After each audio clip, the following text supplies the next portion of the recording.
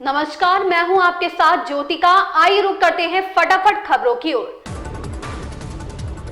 भाजपा के राष्ट्रीय अध्यक्ष के चुनाव में हो रही देरी को टालने के लिए अब खुद प्रधानमंत्री नरेंद्र मोदी ने मोर्चा संभाल लिया है। इस क्रम में पीएम ने बुधवार को भाजपा अध्यक्ष जेपी नड्डा, गृह मंत्री अमित शाह, संगठन महासचिव बीएल संतोष और रक्षा मंत्री राजनाथ सिंह के साथ मैराथन बैठक की। बैठक में चुनाव की राह में रोड़ा बने उत्तर प्रदेश, मध्य प्रदेश, गुजरात और कर्नाटक जैसे राज्यों के संगठन चुनाव पर चर्चा हुई। राष्ट्रीय अध्यक्ष के जरिए भाजपा क्षेत्रीय समीकरणों को साधने को महत्व नहीं देगी।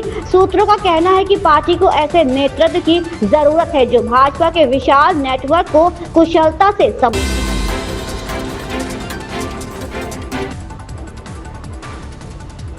केंद्रीय मंत्री गिरिराज सिंह ने कहा, तेजस्वी यादव ने कहा कि जब वे सत्ता में आएंगे तो वे वक्फ संशोधन अधिनियम को लागू नहीं होने देंगे। क्या वे इसे बंगाल बनाना चाहते हैं? क्या वे बिहार के लोगों को मुर्शिदाबाद की घटना की याद दिलाकर इसे बंगाल बनाना चाहते हैं? बिहार के लोग राजद के नेतृत्व में राज्य को बंगाल नहीं बनाना चाहते हैं।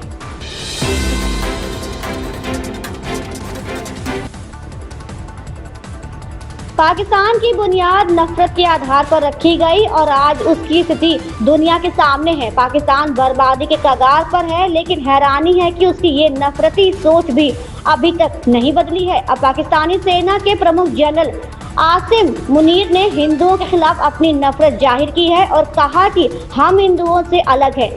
आसिम मुनीर ने टू नेशन थ्योरी को सही ठहराया है। इतना ही नहीं, पाकिस्तानी सेना के प्रमुख ने यह भी दावा कर दिया है कि उनकी संस्कृति और विचारधारा बेहतर है।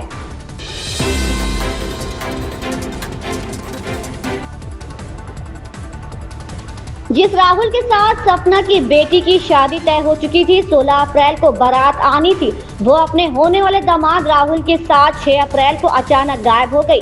पुलिस जब जांच में जुटी तो पता चला कि दोनों साथ में गए हैं, दोनों के बीच प्रेम संबंध है। कुछ दिनों में ये बेमेल रिश्ता सोशल मीडिया की सुर्खियों में बन गया। सपना की बेटी और घर वाले भी बयानबाजी करने लगे। घर वालों ने कहा कि अब उन लोगों का सपना से कोई मतलब नहीं है। बुधवार को सपना अपने होने वाले दामाद के साथ दादो थाने में पहुंची और कहा कि वो दोनों अपनी मर्जी से गए थे, दोनों जीवन भर साथ ही रहेंगे।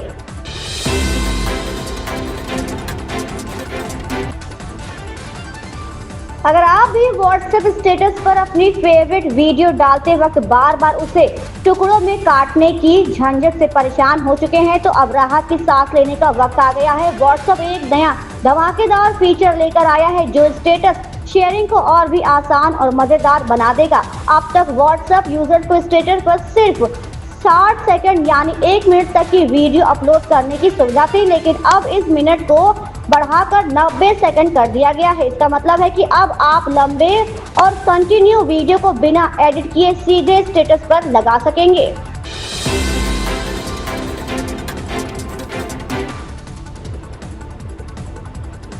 जरा सोचिए, कोई हूबहू आपके जैसा हो जो आपकी फोन कॉल का जवाब आपकी ही आवाज में दे, वो भी आपके कहे अनुसार। आप जो भी एड्रेस या ज्वेलरी पहनना चाहते हैं उसे खुद पहनकर दिखा सके, लोग समझे कि आप ही पहना है।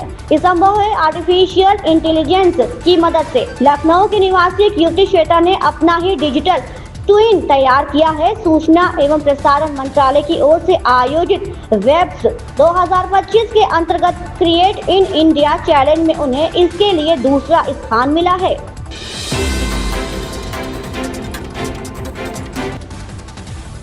भारतीय क्रिकेट कंट्रोल बोर्ड ने चौंकाने वाला फैसला लेते हुए फील्डिंग कोच टी दिलीप और असिस्टेंट कोच अभिषेक नायर को भारतीय टीम के कोचिंग स्टाफ से हटा दिया है। बीसीसीआई ने ये कार्रवाई ऑस्ट्रेलिया में बॉर्डर गावस्कर ट्रॉफी 2024-25 में भारत की शर्मनाक हार के बाद की है।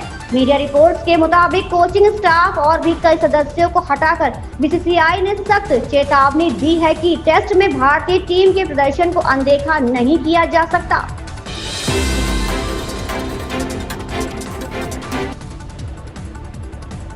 बिहार विधानसभा चुनाव को लेकर राजनीतिक दलों के बीच बैठकों का दौर जारी है। आज महागठबंधन के घटक दलों के बीच राष्ट्रीय जनता दल के कार्यालय में बैठक होगी। दोपहर 1 बजे से शुरू होने वाली इस बैठक में राजद, कांग्रेस, वाम दल, विकास इंसान पार्टी के प्रमुख नेता सीट बंटवारा, मुख्यमंत्री चेहरा समेत कई मुद्दों पर बातचीत करेंगे।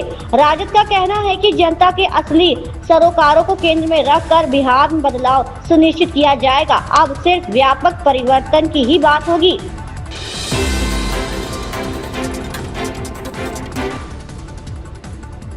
Kesari chapter 2 the untold story of Jallianwala Bagh इस महीने की सबसे प्रतीक्षित फिल्मों में से एक है। अक्षय कुमार, आर माधवन और अनन्या पांडे अभिनीत ये फिल्म अपने ऐतिहासिक विषय और दमदार सितारों के कारण चर्चा में है। हालांकि एडवांस बुकिंग में इसकी शुरुआत थोड़ी धीमी रही है। इसके बावजूद गंभीर विषय और देशभक्ति की भावना के चलते फिल्मी दिग्गज उम्मीद लगा रहे हैं कि ये जल्द रफ्तार पकड़ेगी।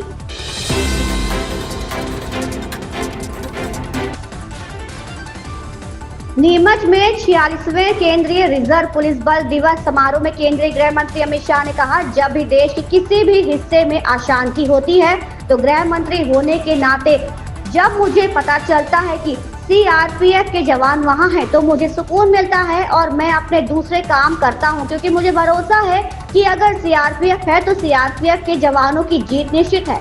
चाहे वो कश्मीर घाटी में आतंकवादियों के खिलाफ लड़ाई हो या शांति बनाए रखने के लिए पूर्वोत्तर में मौजूद रहना हो। और सबसे महत्वपूर्ण बात, नक्सलियों को सिर्फ 4 जिलों तक सीमित करना हो। इन सभी चीजों में सीआरपीएफ के जवानों का बड़ा योगदान है। इन खबरों में बस इतना ही। बने रहिए हमारे साथ।